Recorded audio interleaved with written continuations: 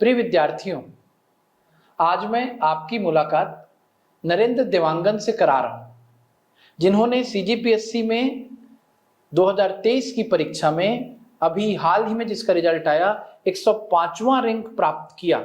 मुख्य परीक्षा में 652 अंक और इंटरव्यू में इनके 72 अंक रहे। इनसे मुलाकात, इन्होंने कोऑपरेटिव इंस्पेक्टर का पद प्राप्त किया। इनसे ही मैं मुलाकात क्यों करा रहा हूं, तो समझिएगा, बातें बहुत गंभीर हैं। कोचिंग सेंटर को लेकर, बच्चों की तैयारी को लेकर जितने भी भ्रम, जितनी भी भ्रांतियां हैं, उन्हें दूर करना ही मेरा उद्देश्य है। नरेंद्र ने जब हमारी कोचिंग में एडमिशन लिया था, तब की तिथि थी 16 अगस्त 2022। इन्होंने हमारी प्रारंभिक परीक्षा के बैच में एडमिशन लिया। 11:30 बजे का वो प्रारंभिक परीक्षा का बैच था।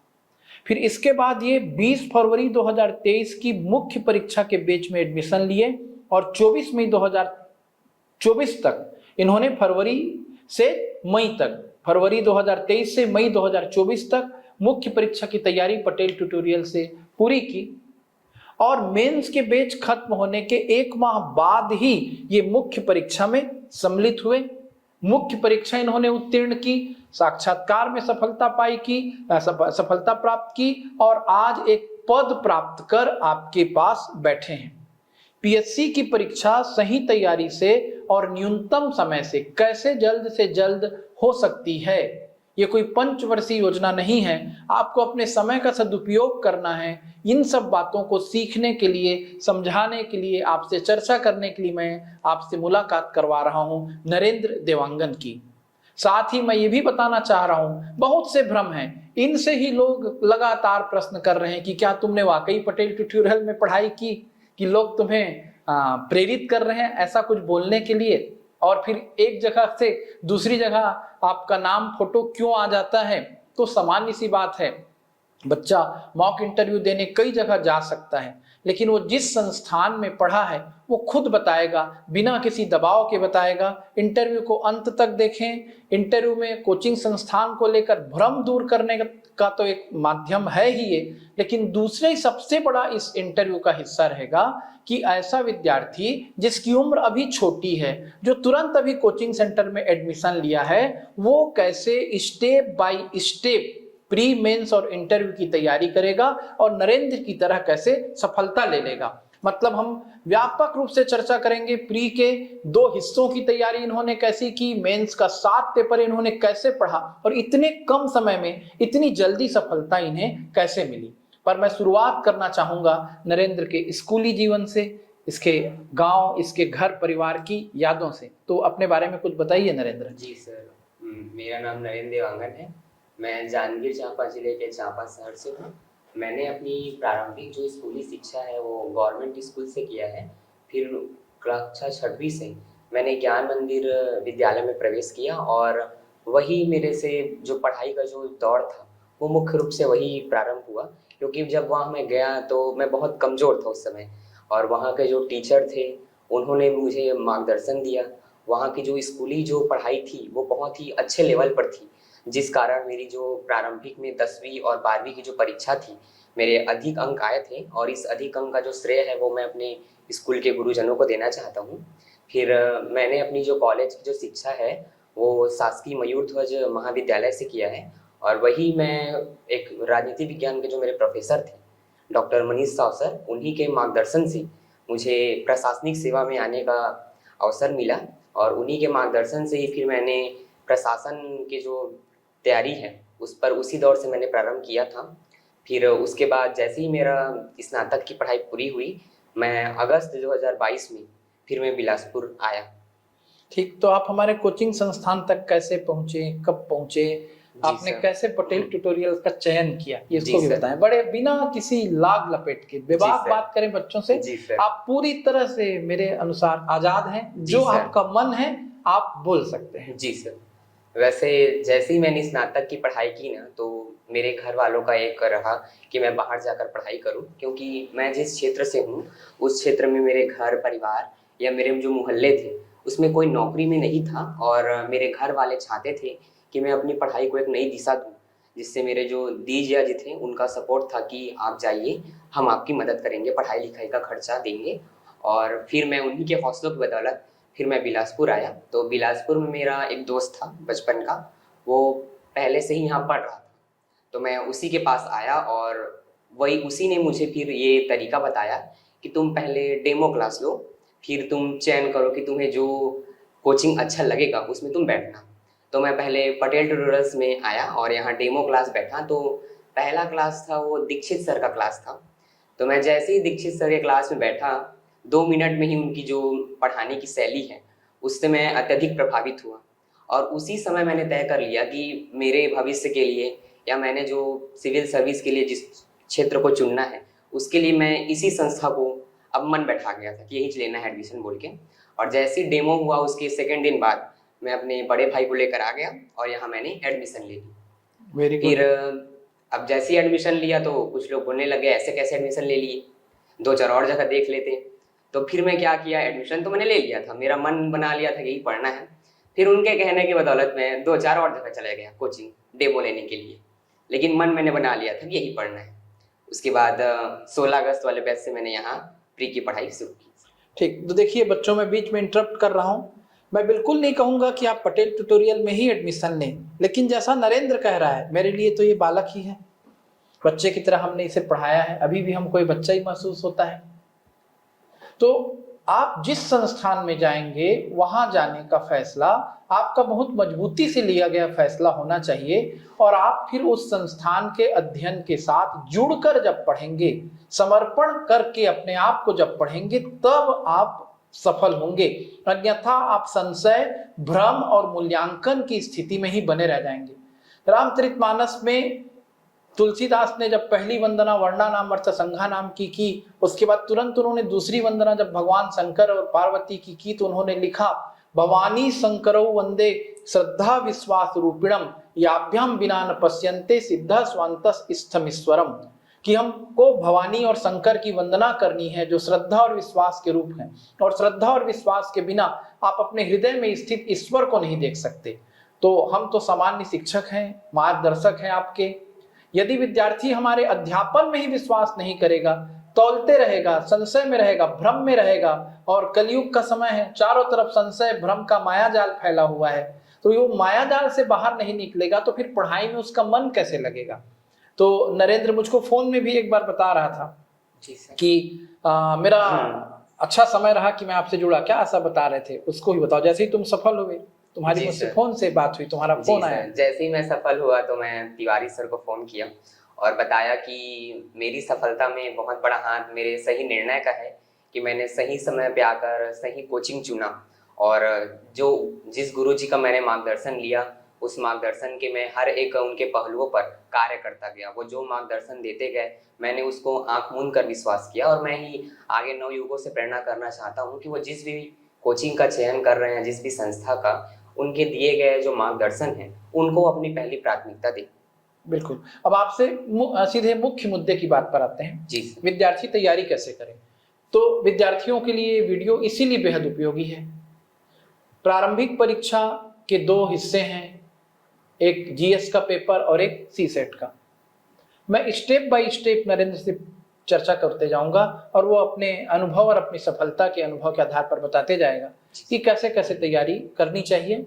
सबसे पहले मैं चर्चा करता हूँ जीएस का जो फर्स्ट पेपर है उसका 50% सेक्शन छत्तीसगढ़ कवर करता है। छत्तीसगढ़ की तैयारी आपने कैसे की जी, और आप विद्यार्थियों को उसके लिए क्या सजेशन देंगे? जब मैं आया ना तो पी की तैयारी थी वो मैंने पटेल सर के क्लास से शुरू किया। पटेल सर का जो पढ़ाने का जो तरीका था वो मुझे बहुत पसंद आया, क्योंकि पटेल सर जी पढ़ाने की जो आक्रामकता है उसमें होती क्या है कि एक क्लास का अलग ही माहौल बन जाता है। वैसे हम तो कुछ भी क्लास चलता है हमें ध्यान देना पड़ता है कि मैं अपने पढ़ाई में ध्यान लगाऊं या ना लगाऊं, लेकिन पटेल सर की जो पढ़ाने की जो आक्रामकता है, यह जो शैली है बच्चों को उनकी पढ़ाई की ओर ही खींच ले आती है।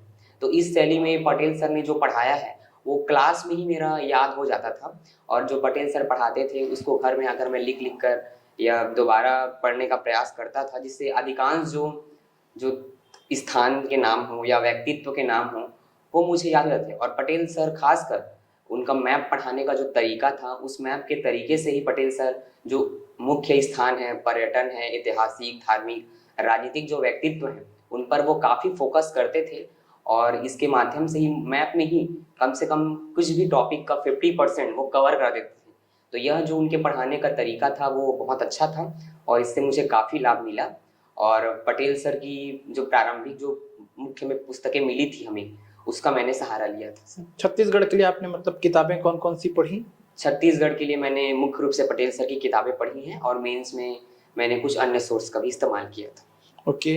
अब जैसे आप चर्चा की शुरुआत में ही बोल रहे थे जी कि सर। आपने दीक्षित सर की क्लास अटेंड की, जी सर। आपको काफी प्रभावित किया। जी सर। तो किसी दूसरे सब्जेक्ट से पहले हम पॉलिटी या संविधान पर ही चर्चा कर लेते जी हैं। सर। दीक्षित सर ने आपको संविधान पढ़ाया जी होगा सर। प्री में, जी है सर। ना? इकोनॉमिक्स भी आपकी क्लास उन्होंने ली जी होगी। सर। तो इन विषयों के बारे में थोड़ा बताएं, जी। विद्यार्थियों को कितना वेटेज किस किस विषय पर कैसे देना चाहिए? जी सर।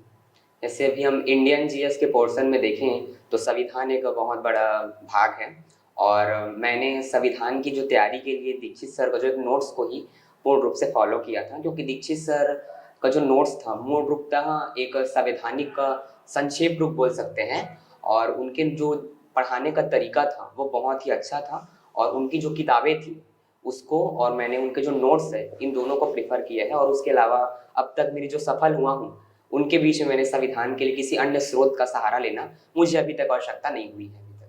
बिल्कुल ओके। स्टेप बाय स्टेप तीसरा विषय आपके अनुसार, तीसरा महत्वपूर्ण विषय? तीसरा महत्वपूर्ण विषय भारतीय इतिहास है और अब भारतीय इतिहास में तो आदरणीय श्री तिवारी सर जी का जो पढ़ाने की तरीका था वो बहुत है। मेरे हिसाब से तिवारी सर का जो पढ़ाने का तरीका था वो मुख्य रूप से वो इस ध्येय से पढ़ाते थे कि बच्चे अपने देश के इतिहास के बारे में जानें। इतिहास केवल परीक्षा निकालने का विषय ना होकर एक जन जागरण का विषय था।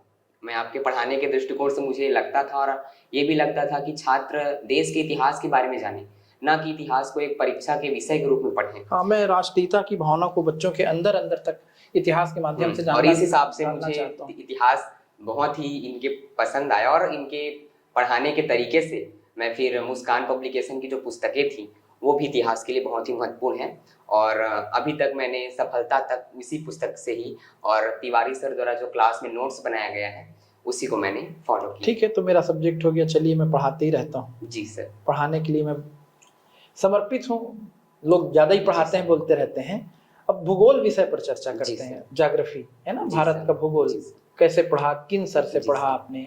प्री में तो हमें भूगोल श्री उत्कर्ष पांडे सर ने पढ़ाया था और उत्कर्ष पांडे सर ने पहले तो हमें विश्व भूगोल से पढ़ाने स्टार्ट किया, अक्षांश देशांतर। उसके बाद जो भारतीय भूगोल है उसको पूर्ण रूप से मैप से पढ़ाया और फिर मेंस में भूगोल को हमें सिर्फ पटेल सर ने पढ़ाया और पटेल सर का फिर वही जो मैपिंग तरीका था उससे फिर जितने भी ऐतिहासिक धार्मिक पर्यटन आगे से ही उसके नाम याद हो गए थे और वो बहुत ही प्रभावित हुआ। उनके जो पुस्तक है मैंने पटेल सर की मुस्कान पब्लिकेशन को ही फॉलो किया था। ओके। जी सर। अब बचता है साइंस एंड टेक्नोलॉजी। जी सर। तो साइंस एंड टेक्नोलॉजी की तैयारी कैसे की तुमने नरेंद्र? प्री की जो साइंस में के लिए श्रीकांत सर जो थे उनकी नोट से और खासकर पटेल सर की जो पुस्तक थी मुस्कान पब्लिकेशन की, इन दोनों से मैंने तैयारी की है साइंस को। टेक्नोलॉजी कैसे पढ़ा? टेक्नोलॉजी से जो सौरभ सर क्या एक हफ्ते का जो क्लास लिए थे जिससे महत्वपूर्ण रक्षा अंतरिक्ष जो टेक्नोलॉजी थी उसको उन्होंने पढ़ाया था तो उसी नोट से फॉलो किया था। वैसे इससे क्वेश्चन 2-4 आते हैं और उतनी क्लास से वो पर्याप्त था। अब बचता है करंट स्पोर्ट्स और मिसलेनियस कुछ सेक्शन, तो बच्चे उसके लिए भी परेशान रहते हैं। बहुत परेशान। तो करंट अफेयर की तैयारी काफी कुछ विद्यार्थी को खुद से करती ही रहनी पड़ती है, तो इस पर भी आप बताएं बच्चों को कुछ। तो करंट अफेयर के लिए मैं डेली न्यूज़पेपर पढ़ता था। उस न्यूज़पेपर के माध्यम से जो भी कुछ पुरस्कार हुए, कुछ आयोजन हुए, कुछ नए व्यक्तियों की नियुक्ति हुई, खेल कूद, इनके बारे में आगे से पढ़कर एक नोट्स बनाता था और जैसे ही कुछ पेपर होता था, चाहे वो व्यापम हो, पीएससी हो, बाजार से किसी भी एक पब्लिकेशन का पुस्तक उठा के रिवाइज कर लेता था। तो डेली न्यूज़पेपर पढ़ने से होता यह था कि जो जो चर्चित नाम हो गए, चर्चित स्थल हो गए, ये ऑलरेडी दिमाग में आ जाते हैं और अंत में रिवाइज करने से दिमाग में छप जाते हैं। तो मैं वही अनुरोध करना चाहता हूँ कि हर कोई एक डेली न्यूज़पेपर पढ़े और पेपर के समय कोई भी पब्लिकेशन का किताब उठाकर रिवाइज करें। अभी बच्चों की समस्या को देखते हुए प्रतियोगिता जान भी रहोगे, प्रतियोगिता दर्पण का मैं हर महीने का जनवरी अंक, फरवरी अंक, मार्च अंक, अब नया एक प्रयास शुरू किया हूँ। अभी वो जून अंक तक पहुंचा है। जी सर। फिर उसको मैं आगे भी कंटिन्यू कराऊंगा ताकि बच्चों को कम से कम करंट अफेयर में इधर उधर भटकने के लिए काफी फायदेमंद हो सकता है। रहता है। हाँ, मेंस में भी, प्री में भी। जी सर। तो ये तो हो गया जीएस सेक्शन। जी सर। इसके बाद सेकंड पेपर क्वालिफाइंग होता है, लेकिन उसे जी सर। क्वालिफाई करना भी एक चुनौती बन जाती है है। Sir. Second paper C set, जी सर। जिसमें गणित, रीजनिंग है ना, और हिंदी, छत्तीसगढ़ी जैसे विषय आते हैं। तो क्रम वाइज बच्चों को एकदम इत्मीनान से आप जी बताइए, सर। गणित की क्लासेस आपकी कैसी रही, किन सर से आपने गणित पढ़ा, जैसे, आपने तैयारी जैसे कैसे की? गणित और रीजनिंग की क्लास हमें सौरभ सर और आदरणीय श्री अभिजीत सर के द्वारा पढ़ाया गया था, जिसमें से कुछ भाग सौरभ सर ने और कुछ भाग अभिजीत सर ने पढ़ाया था। रीजनिंग में अभिजीत सर का जो बनाया गया नोट्स था और उनकी जो पुस्तकें थी वो अपने आप में पर्याप्त थी, और सौरभ सर गणित के कुछ भाग वो पढ़ाए थे और कुछ भाग अभिजीत सर पढ़ाए थे। तो इन दोनों के द्वारा जो पढ़ाया गया था उसको मैंने केवल नोट्स को और पुस्तक नहीं, केवल नोट्स को प्रीफर किया था गणित के लिए, और मेंस के और रीजनिंग के लिए मैंने दोनों को, पुस्तक और नोट्स को बनाते भी रहे होंगे आप गणित, लिख लिख करके बकायदा? जी सर, उतना तो प्रैक्टिस नहीं किया था प्री में, लेकिन मेंस में किया मैंने। मेंस में। और रीजनिंग क्या है कि टेस्ट सीरीज के बनाने से बहुत सारे सॉल्व हो जाते हैं। Very good. अब बचता है लैंग्वेज का सेक्शन। दो भाषाएं हैं, हिंदी और छत्तीसगढ़ी, सी सेट में। जी सर। उसकी तैयारी आपने कैसे की थी? जी सर, जब प्री का जब हमारा कोचिंग शुरू हुआ था तो हमारी पहला क्लास हिंदी ही था। तो हिंदी तिवारी सर ने पढ़ाया था और इनके द्वारा बनाया गया नोट्स और इनकी जो पुस्तकें थी वो एक अपने आप में पूर्ण प्री की तैयारी के लिए संपूर्ण था। और छत्तीसगढ़ के लिए मुस्कान पब्लिकेशन की मैंने पुस्तकें पढ़ी थी, और छत्तीसगढ़ तिवारी सर के जो नोट्स थे, छत्तीसगढ़ी भाषा बोल रहे हैं? जी सर, वो काफी था। ठीक है, तो ये तो आपकी प्रारंभिक परीक्षा निकालने की थोड़ी सी संक्षिप्त कहानी हो गई। जी सर। इसके बाद आती है मुख्य परीक्षा, जिसमें 7 पेपर होते हैं। और आपको अपना अंक आपको संतुष्ट नहीं कर रहा था कि आपने 652 अंक पाया है, कम है आप बोल रहे हैं।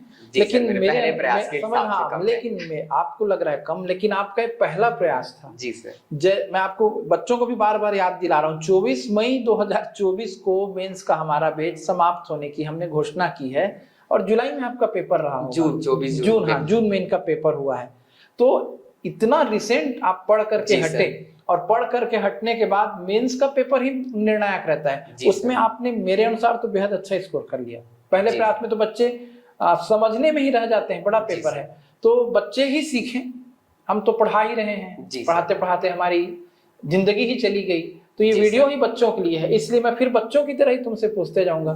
मेंस का पेपर 1 का जो भी सब्जेक्ट है, जो भी हिस्सा है, इत्मीनान से बच्चों को बताते चलिए। जी सर, जैसे पेपर 1 जो हिंदी था, तो हिंदी के लिए तिवारी सर का नोट्स हुआ, साथ साथ तिवारी सर की जो पुस्तकें थी वो मुख्यतः मैंने प्री का जो पुस्तक मैं पकड़ा था, और उसमें कुछ कुछ सेक्शन नहीं थे, इसलिए मैंने आदरणीय विनय कुमार पाठक सर की पुस्तक को भी फॉलो किया मेंस के दृष्टिकोण से। और मैं बोलता ही हूं क्लास में, और तिवारी सर का नोट्स के लिए, और साथ साथ मैं इसमें क्या किया, जो जो कोचिंग से मेरा सब्जेक्ट होता गया उसको मैं उसी दिन से घर से भी करना शुरू किया। मतलब जिस दिन कोचिंग में जो विषय कंप्लीट हुआ उस दिन मैं अपने घर से भी वो कंप्लीट करता सेल्फ में। तो ऐसा करके मैंने एक रणनीति बनाया था कि जो कोचिंग में मेरा भी हो जाए बोल के। और हिंदी के लिए बस इतना ही किया। इंग्लिश भी है? इंग्लिश का हुआ ये कि इंग्लिश का जो पेपर था हम लोग का प्री परीक्षा के बाद हुआ, तो उसमें क्या था, जितना भी ग्रामर सेक्शन था वो अच्छे से पढ़ाया गया अभिजीत सर द्वारा, और बाकी जो था उसको मैंने सेल्फ किया था। ठीक है यार, एक बात है, आगे चर्चा करें पेपर सेकंड निबंध के बारे में। बार बार तिवारी सर और बाकी सर लोगों का नाम ले रहे हो, अब कोई नीचे में कमेंट कर देगा आपको कितना लाख दे करके खरीदा गया। तो पहले तो आप सबको स्पष्ट करें कि क्या आपको कोई खरीद सकता है? छोटे हैं आप, हो सकता है पैसे के लालच में आप मेरे साथ बैठ गए होंगे, तो क्या आप बिकने वाले इंसान अपने आप बाजार में जो भी बोलते हैं, लेकिन मैं तो यही बोल रहा हूँ कि मैं जो भी बोल रहा हूँ वो मैंने किया है। और अगर मैं 2 साल कोचिंग करने के बाद 4 साल फिर सेल्फ स्टडी करता, फिर निकालता, तो मुझ में घमंड जायज रहता कि भाई मुझे कोई खरीद लिया होगा। लेकिन मैं अभी अभी पढ़ के निकाला हूँ, तो मैं अधिकांश श्रेय अपने टीचरों को देना चाहता हूँ। ठीक है, कोई बात नहीं, लोग इतना तमाशा खड़ा करते हैं। तो मैं ऐसा सीरीज नहीं बनाना चाहता था। आप मुझसे पूछ भी रहे थे आप और टॉपर्स को बुला सकते हैं, मैं बोला बुलाते नहीं है बेटा, वो तो आ गए, संयोग है। मैं वर्चस्व को बुलाया था एसआई के लिए, क्योंकि वो बहुत जुनून की हद तक जाकर के अपना कार्य किया था। जी सर। तुमको मैं स्पेशल बुलाया हूँ, शैलेंद्र खुद आया था और उससे हमारी बातचीत हुई, संयोग ऐसा रहा, एक वीडियो बन गया, लोगों ने पसंद भी कर लिया। तुमको मैंने इसलिए बुलाया क्योंकि नए बच्चे सीखें। मैं नए बच्चों से हमेशा नाराज रहता हूँ। नया बच्चा जब कोचिंग में आता है तो उड़ते रहता है, वो कोचिंग को जज करता है, अभी तो मेरा पहला साल है, अभी तो मैं पढ़ना शुरू किया हूँ, अभी तो मेरा खेलने का दिन है, फिर वो खेलते ही रह जाता है। बिलासपुर की हवा, बिलासपुर का माहौल उसको मेरे शुद्ध हिंदी की भाषा में कहें तो पथ भ्रष्ट कर देता है, उसको उसके मार्ग से, उसके लक्ष्य से विचलित कर देता है। तो तुमने अपने आप को संभाला कैसे नरेंद्र, ये भी बताओ। तुमको भी तो लगा होगा घर से निकलने के बाद कि खूब घूमो। जैसे मैं जिस स्थिति में आया था ना, उस स्थिति में बहुत सारी बातें थी जो मुझे याद रखनी थी। पहली बात तो अपने घर की स्थिति कि मुझसे ज़्यादा मेरे माता पिता स्ट्रगल करके मुझे यहाँ भेजे हैं, और दूसरी बात मेरी जो 2 दी जीजा जी थे उन्होंने सपोर्ट किया पढ़ाने में। तो मैं ये सोच के आया था कि वो लोग मेरे को पढ़ाने में पैसा दे रहे हैं, मैं कुछ बन पाऊँ या ना बन पाऊँ, लेकिन अपने आप को मुझे संभालना था। अगर मैं बिगड़ जाता तो उन पर ये दोष आता कि तेरा साला गया तो बिगड़ गया, तेरा भाई गया तो बिगड़ गया। लेकिन मैं यही सोचा था नौकरी पाऊँ या ना पाऊँ, उनकी इज्जत को बचा के रखूँ। तो बार बार मैं यही अनुरोध करना चाहता हूँ कि बड़े शहर में अधिकांश हम आते तो हैं घर से कि कुछ बनने आए हैं, लेकिन जैसे ही आते हैं यहाँ फ्रेंड सर्कल या यहाँ के माहौल देखकर हम ये भूल जाते हैं कि हम बिलासपुर आए थे तो क्या करने आए थे। तो जब तक हमें पता रहेगा कि हम बिलासपुर क्या करने आए हैं, तब तक कोई हमें नहीं बिगाड़ सकता, मेरा कहना ही है। गुड, वेरी गुड बालक। तो मैं यही चाहता हूँ कि जो भी अपने घर से जो स्ट्रगल करके आए हैं, एक और हर समय एक बात याद रखें कि मैं किस स्थिति में यहाँ आया हूँ और क्या करने आया हूँ। जब तक ये बातें आपको पता होंगी, चाहे कितना भी खराब माहौल क्यों ना हो, आप अपने आप को संभाल लोगे। ठीक, वेरी गुड, वेरी गुड। चाहते ही हम कि बच्चे सीखें आपसे।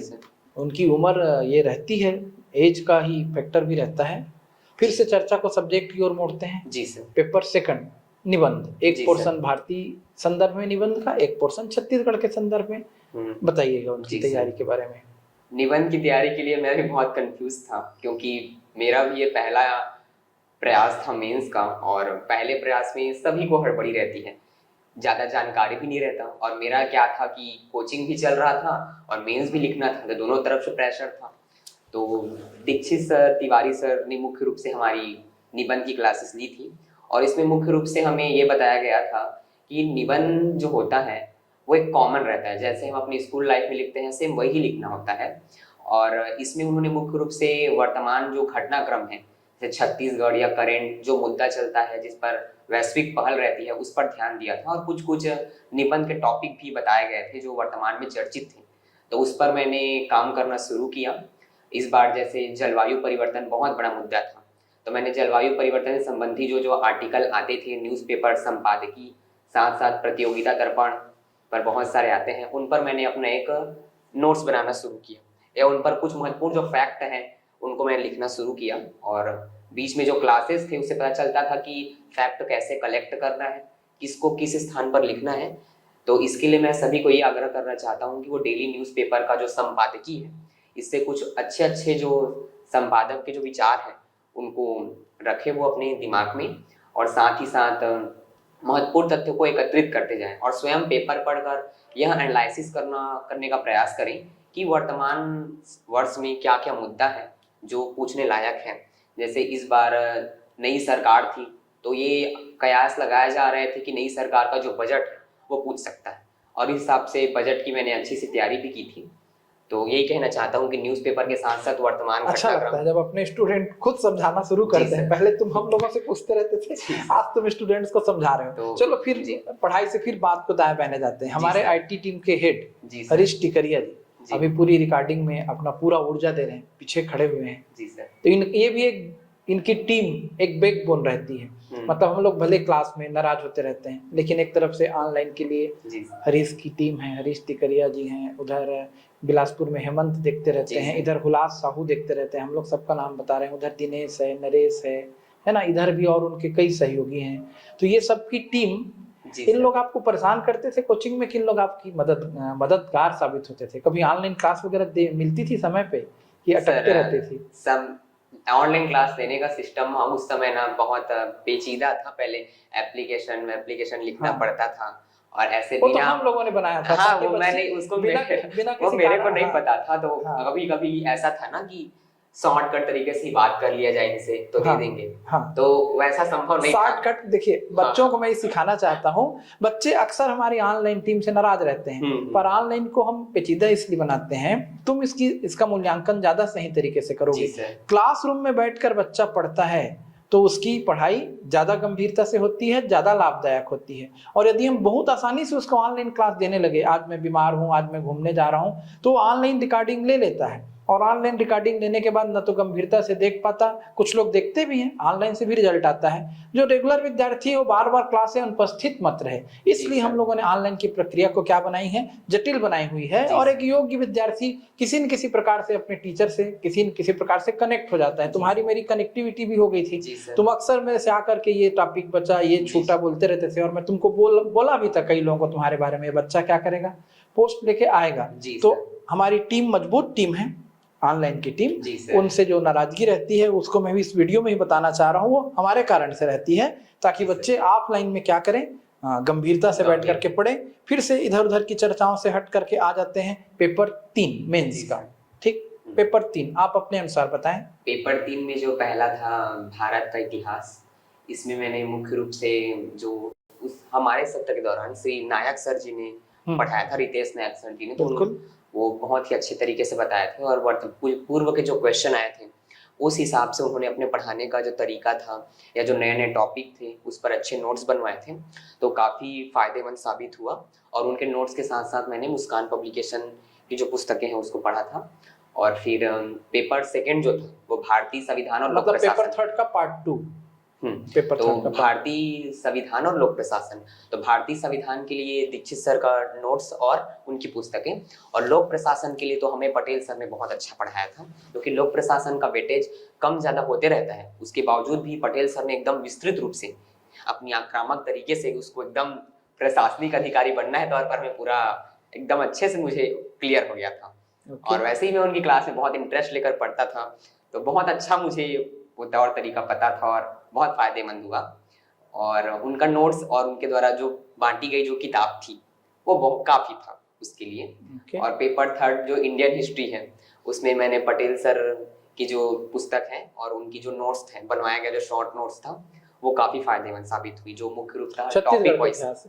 ओके, बिल्कुल। पेपर 4 पर चलते हैं जी। फिर से पेपर 4 के लिए गणित, विज्ञान और पर्यावरण। तो पहला जो था विज्ञान था, तो विज्ञान के लिए साइंस श्रीकांत सर के जो नोट्स था उसको मैंने पूर्ण रूप से फॉलो किया, और जो भी और टॉपिक थे उसके लिए मैंने 10वीं कक्षा की जो विज्ञान है उसको और साइंस के नोट्स को सर के पूरा उसको फॉलो किया है।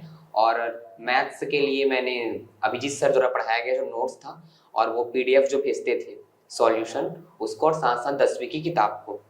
और पेपर 3 के लिए श्रीकांत सर की जो पर्यावरण का नोट्स था, और पेपर 4 के 3rd पोर्शन के लिए और सौरभ सर द्वारा पढ़ाया गया जो टेक्नोलॉजी है उसको मैंने किया। मतलब आप कोचिंग तो खैर कहने की बात ही नहीं है, आप कोचिंग में लगातार ही पढ़ रहे थे, तो आप तो नाम लेंगे ही सारे शिक्षकों का, है ना। और 5वें पेपर पर आ जाइए। पांचवा भारतीय अर्थव्यवस्था था, इसमें दीक्षित सर ने इकोनॉमिक्स पढ़ाया था, उसकी इकोनॉमिक्स के नोट्स का। और भूगोल में जो उनकी अर्थव्यवस्था वाली पुस्तकें थी इंडियन इकोनॉमी की, उसको मैंने प्रीफर किया। और फिर छत्तीसगढ़ की अर्थव्यवस्था को पटेल सर ने अंत में समझाया था, तो उनके द्वारा जो बांटी गई जो PDF था उसको मैंने पढ़ा। और भूगोल था, भूगोल वही सिर्फ पटेल सर ने अपने तरीके से पढ़ाया, और उनका जो नोट्स और उनकी जो किताबें थी मैंने पहली बार में मैं निकाल लिया, तो मैंने उन्हीं को प्रीफर किया, मैं अन्य सोर्स पर नहीं गया, क्योंकि मेरा विश्वास था कि पर्याप्त है ये सब सोर्स। क्योंकि मेरा एक कहना था कि अब सोचना था कि पहला मैं प्रयास दे रहा हूँ तो मैं कोचिंग का ही मटेरियल और अपने टीचरों के जो मार्गदर्शन थे उन्हीं पर विश्वास करके देखूं, न असफल होता तो मैं किसी और को चुनता, लेकिन मुझे बहुत विश्वास था कि मैं इससे सफल हो सकता, और वो परिणाम अभी दिख रहा है। ओके, पेपर 6 पर आइए। पेपर 6 पर सर मैं आपकी जितनी तारीफ करूँ दर्शन में उतनी ही कम है, क्योंकि आपने जिस तरीके से दर्शन पढ़ाया ना, मैं बहुत इंटरेस्ट लेके पढ़ा था और मैं खुद दर्शन पर खो गया था। आप जिस तरीके से डिवाइड किए थे पाश्चात्य दर्शन को कि कौन किस लोग जो प्रत्ययवादी हैं, कौन आदर्शवादी है, उसके हिसाब से मैंने जो पश्चिमी विचारक है उनको मैंने डिवाइड करना शुरू कर दिया। और आप जो पढ़ाते थे ना उस पर मैंने घर में आकर घंटों तक मैंने शोध करना शुरू कर दिया, तो इससे मैं दर्शन के उच्च लेवल पर पहुंच गया था, दार्शनिक बनने की दिशा में पहुंच गया था। स्टेज में तो नहीं पहुंचे थे। बहुत ही इंटरेस्ट उस पर मेरा बहुत इंटरेस्ट गया और बहुत अच्छा लगा। आपको तो नहीं लगा दार्शनिक लोग दाढ़ी वाले बाल बिखराए घूमते हैं, तो ऐसा कुछ करने का नहीं सर, दर्शन जैसे सबकी जर्नी बन गया था। आपने जिस तरीके से पढ़ाया था मैं दर्शन को हर विषय की जननी समझने लग गया और उस पर इतना इंटरेस्ट लिया कि आपका नोट्स और आपका पुस्तक से ही मुझे काफी लगा उतने में ही ना। इसीलिए मैंने पेपर में, मुझे लगता ही है कि अगर पेपर 6 में मेरा 103 नंबर आया है तो उसमें सर्वाधिक योगदान दर्शन शास्त्र का ही होगा, मेरे को लगता है। ठीक है, दर्शन शास्त्र है, फिर उसका एक हिस्सा समाज शास्त्र जी है, सर। फिर आप मेरा नाम लेने लगेंगे जी तो सर। मैं आपको कुछ नहीं बताऊंगा, कुछ जी नहीं सर। बोलने को कहता। एक हिस्सा छत्तीसगढ़ का कल्चर है, तो कल्चर तो फिर पटेल सर ने हाँ, जो तो आप लिखवाया पढ़ाया बिल्कुल। वो बहुत ओके, तो मेरे आपने लिए। पेपर 6 भी तैयार कर जी लिया। सर। अब फिर पेपर 7 पर आते हैं जी सर। ना, वो पेपर भी एक टफ 7, पेपर माना हाँ, एक जाता है। टफ पेपर माना जाता है और खासकर ये कानून से संबंधित है जो सभी के लिए नया रहता है, चाहे वो किसी भी बैकग्राउंड से हो। तो इसमें पेपर पार्ट 1 जो था वो भारतीय अधिनियम था और उसमें छत्तीसगढ़ की योजनाएं वो अधिनियम भी शामिल थे। तो इस अधिनियम को दीक्षित सर ने पढ़ाया था और दीक्षित सर के पढ़ाने का जो तौर तरीका था, जो याद कराने के तरीके थे, भारतीय दंड संहिता जैसे जो कानून के विषय हैं उनको एक ऐसे तरीके से हमको समझाया गया कि बहुत अच्छे से उनका जो नोट्स था वो एक, और जो उनको पुस्तकें थी वो बहुत अच्छी लगी और मैंने उन दोनों के अलावा किसी अन्य को प्राथमिकता नहीं दी। बिल्कुल, तो आप इस तरीके से मेंस की 7 पेपर अपनी शिद्दत से आपने तैयारी की, पढ़ा, जी याद सर। किया, मेंस क्लियर करके फिर आप इंटरव्यू तक पहुंचे। जी सर। एक अहम पड़ाव होता है जी सर। ना, और इंटरव्यू आपके व्यक्तित्व का पूरा परीक्षण कर डालता है। जी सर। तो अब आप अपने इंटरव्यू के अनुभव के बारे में बताते चलें छात्रों जी को, सर। और वो कैसे तैयारी कर जी सकते हैं सर। इंटरव्यू की, जैसे अभी ही मेरा समझाएं। मेंस निकला ना, मैं पहली बार में तो बहुत हड़बड़ा गया था कि इंटरव्यू क्या होता है, क्या पूछेंगे। तो अब वही है, 4 लोग की बातों बाजार से पूछने लगा मैं भी। अब जैसा माहौल रहता है बिलासपुर का, वही वैसी क्या होता है, कैसे होता है, तो बहुत लोग बोले कुछ भी पूछ सकते हैं इंटरव्यू में, जैसे ऐसे बैठना है वैसे उठना है। तो अधिकांश मेरा समय उसी में बीता पूछने में, और अधिकांश मैं कंफ्यूज की स्थिति में था कि कैसे अपने हाथ पैर रखें। अधिकांश ये जो क्वेश्चन रहते हैं बहुत मेरे को हतोत्साहित किए। फिर मैं मॉक इंटरव्यू देना शुरू किया। पहला तो 2 दिन क्लास लगा जिसमें दीक्षित सर और तिवारी सर ने मुख्य रूप से इंटरव्यू गाइडेंस की क्लास ली, जिसमें हमें बताया गया कि इंटरव्यू विभिन्न पहलुओं पर ध्यान दिया जाता है और किस हिसाब से हमें तैयारी करनी है, किन किन पक्षों का विशेष रूप से ध्यान रखना पड़ता है, क्या पढ़ना है क्या नहीं पढ़ना है, कैसे डैफ को भरे। तो उसके हिसाब से फिर मैंने तैयारी शुरू की। फिर मॉक इंटरव्यू देना शुरू किया। तो मॉक इंटरव्यू जो था मेरा बहुत खराब जा रहा था प्रारंभ में, और तब भी मैं हतोत्साहित नहीं हुआ। मैंने अपनी पटेल कोचिंग में 2 बार मॉक इंटरव्यू दिया है और दोनों बार मेरा, पहले बार तो अच्छा नहीं गया लेकिन दूसरी बार बहुत अच्छा गया, और उससे फिर कॉन्फिडेंस बढ़ा कि रियल जो इंटरव्यू होगा वो इतना ऑफिशियली नहीं होता है। और मुझे एहसास हुआ कि वहाँ जब मैं जाऊँगा तो मैं अपने आप को एक सहज साबित करूँगा। एक मैं समझाते रहता हूँ, मैं अभी बच्चों को मैं भी इस बात को बताना चाहूंगा, बाकी सब तैयारी अपनी जगह। इंटरव्यू में जो हड़बड़ाते हैं जी और सर। यहाँ वहाँ जो घूमते हैं, जी मैं सर। बेहद उनको समझाता हूँ कि आप ऐसे किसी ग्रुप के चक्कर में मत आ जाएं जो आपको इंटरव्यू में बहुत ज्यादा उलझा दे, डोमिनेट कर दे, परेशान कर दे, आपसे कंपटीशन करने लगे। जी सर। तुमको भी मैंने बताया था जी बायोडाटा सर। पर ध्यान देना है, जी ज्यादा सर। परेशान नहीं होना है, लेकिन बच्चे का वो आखिरी मुकाम रहता है और इंटरव्यू के लिए बच्चा बहुत परेशान होता है। मैं एक बार और बोलना चाहूंगा, जितने लोग व्यूअर हैं, आप इंटरव्यू दें, मॉक इंटरव्यू में कहीं भी जाएं, लेकिन याद रखें आपको मॉक इंटरव्यू का यदि पैनल बहुत ज्यादा परेशान करने वाला लगता है, आपको परेशानी के भंवर में डालता है, तो आप डिप्रेशन में ना आए। बहुत से बच्चे मुझसे इंटरव्यू में, मॉक इंटरव्यू में बैठने के बाद बड़े उत्साह से जाते हैं, फिर यहाँ वहाँ घूमते हैं, फिर हतोत्साहित होकर के फिर लौटते हैं। तो ऐसी चीजों से आपको विशेष बचना रहता है। तो थोड़ा बहुत तो 19-20 रहा होगा, जीवन का पहला इंटरव्यू था, चलता है। अंक आपने काफी अच्छे हासिल कर लिए और अंत भला सो सब भला। जी सर। ठीक है, रिजल्ट आपके पक्ष में रहा और आप आज मेरे साथ बैठ करके नए बच्चों के लिए प्रेरणा का संदेश बन रहे हैं। आप अपनी तरफ से कुछ कहना चाहेंगे, कोई संदेश? मैं जितने भी जो नए बच्चे हैं जो अपनी सिविल सर्विस की तैयारी के लिए जो बिलासपुर आए हैं, उनको यही बोलना चाहता हूँ कि आप जिस भी संस्था का चयन कर रहे हैं आप उस पर विश्वास रखें, और टीचरों द्वारा जो भी आपको पढ़ाया जा रहा है, पहले कोचिंग से आपको जो भी किताबें उपलब्ध कराई जा रही हैं और जो नोट्स बनवाया जा रहा है, पहले आप उन्हीं पर विश्वास करके पहले कोचिंग की किताबों को पढ़ें और शिक्षकों का कहना मानें और पहले उसी पर विश्वास करके देखिए। अगर इन सब के बाद आप असफल होते हैं तो फिर आप कुछ महत्वपूर्ण विषय या कुछ यूट्यूब का सहारा लें।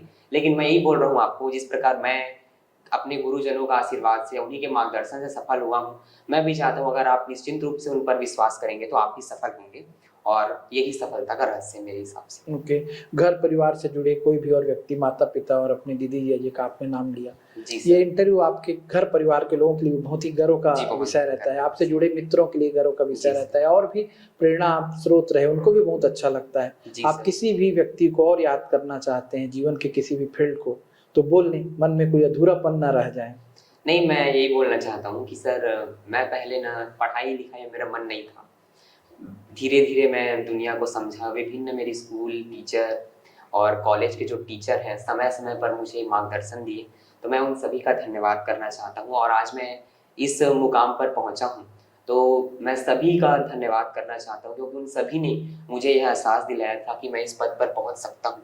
और मैं जिस क्षेत्र से था उस क्षेत्र से मैं यहाँ तक पहुँचा, इन सब में उन सब का योगदान बहुत महत्वपूर्ण है और मैं सभी का धन्यवाद करना चाहता आप अपने गांव का नाम बता रहे होंगे शुरुआत में। चांपा सर। चांपा। जी चांपा सर। के आसपास का कोई गांव था कि चांपा में ही रहते थे? सर मैं चांपा शहर से था। चांपा सर, तो आज चांपा शहर को बहुत गर्व लग रहा होगा जी आपको। सर, बिल्कुल सर। आपके घर परिवार के जी लोग सर, बहुत मेरे पसंद घर रहेंगे परिवार जिस और मोहल्ले से मैं हूँ वहाँ के सभी गौरवान्वित महसूस कर रहे हैं और सभी यही चाहते हैं कि मैं आगे उस क्षेत्र के जो बच्चे हैं वो मुझसे प्रोत्साहित हों और वो भी अब इस दिशा की ओर बढ़ें। बिल्कुल, और मुझे हमारी बहुत भी हर्ष का यह अनुभव हो रहा है कि मुझे यह अवसर मिला कि मैं अपने क्षेत्र के अन्य बच्चों को मार्गदर्शन दूं। बिल्कुल बिल्कुल। और मैं तो अपनी अभी तो स्कूल, कॉलेज आपकी और तैयारी, हाँ बिल्कुल। जी सर, कोचिंग का धन्यवाद करना चाहता हूँ कि मैंने सही जगह का चयन किया और ये मेरे लिए सफलतम साबित हुआ। बिल्कुल, आपकी तैयारी आगे भी जारी रहेगी। जी सर।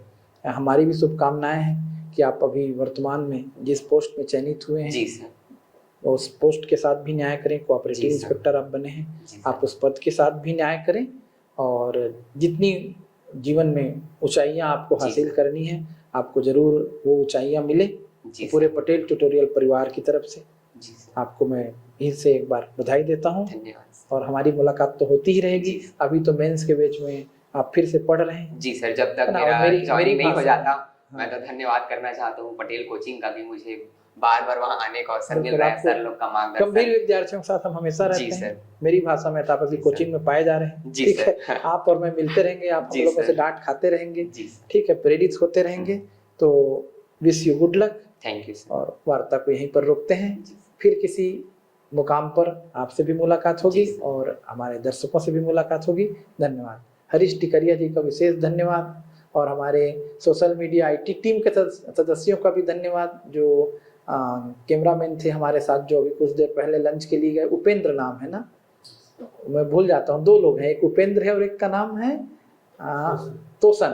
तो शायद उपेंद्र और तोसन दोनों को धन्यवाद दे देते हैं। अकरम की टीम है उसको भी धन्यवाद दे देते हैं और उनके साथ अपनी भूमिका निभा रहे हैं अभी हमारे साथ युद्ध स्तर पर खड़े हुए हरीश टिकरिया, उनको धन्यवाद। और नरेंद्र जी के साथ अभी कुछ देर पहले थे हमारे कोचिंग के कुछ दिग्गज सर लोग, धुआंधार सर, जिनमें हमारे सौरभ चटर्जी सर हैं, पढ़ाने के लिए भी जाने जाते हैं, बच्चों में उत्साह भरने के लिए जाने जाते हैं, उत्कर्ष सर हैं, वो सब अभी आकर के हमसे मिले थे। तो पूरे टीम को, पूरे परिवार को, हमारे पटेल ट्यूटोरियल के मैनेजर्स को जो हमारे साथ जूझते रहते हैं, हमारी पूरी IT टीम को, हमारे साथ जितने काउंसलिंग करने वाले हैं, सबको मैं धन्यवाद देना चाहता हूँ। बच्चों की सफलता हम सब की मेहनत का परिणाम है और हम सब जूझते हैं तब हमारा परिवार आगे बढ़ता है। तो हमारे परिवार का एक एक सदस्य हमारे लिए महत्वपूर्ण है, चाहे वो पार्किंग में हमारे जूझने वाले विद्यार्थी हों, चाहे आप लोगों की काउंसलिंग करने वाले हों, चाहे आपको IT की सेवा देने वाले हों, चाहे हमारे क्लास अटेंडर हों। तो ये पूरी यूनिट इस सफलता का उत्सव मनाने के लिए आपके साथ है। मिलते हैं क्लास इंटरव्यू के बाद, हम अनौपचारिक रूप से बैठेंगे। ये कोचिंग के लिए एक खुशी का दिन है। सभी को धन्यवाद।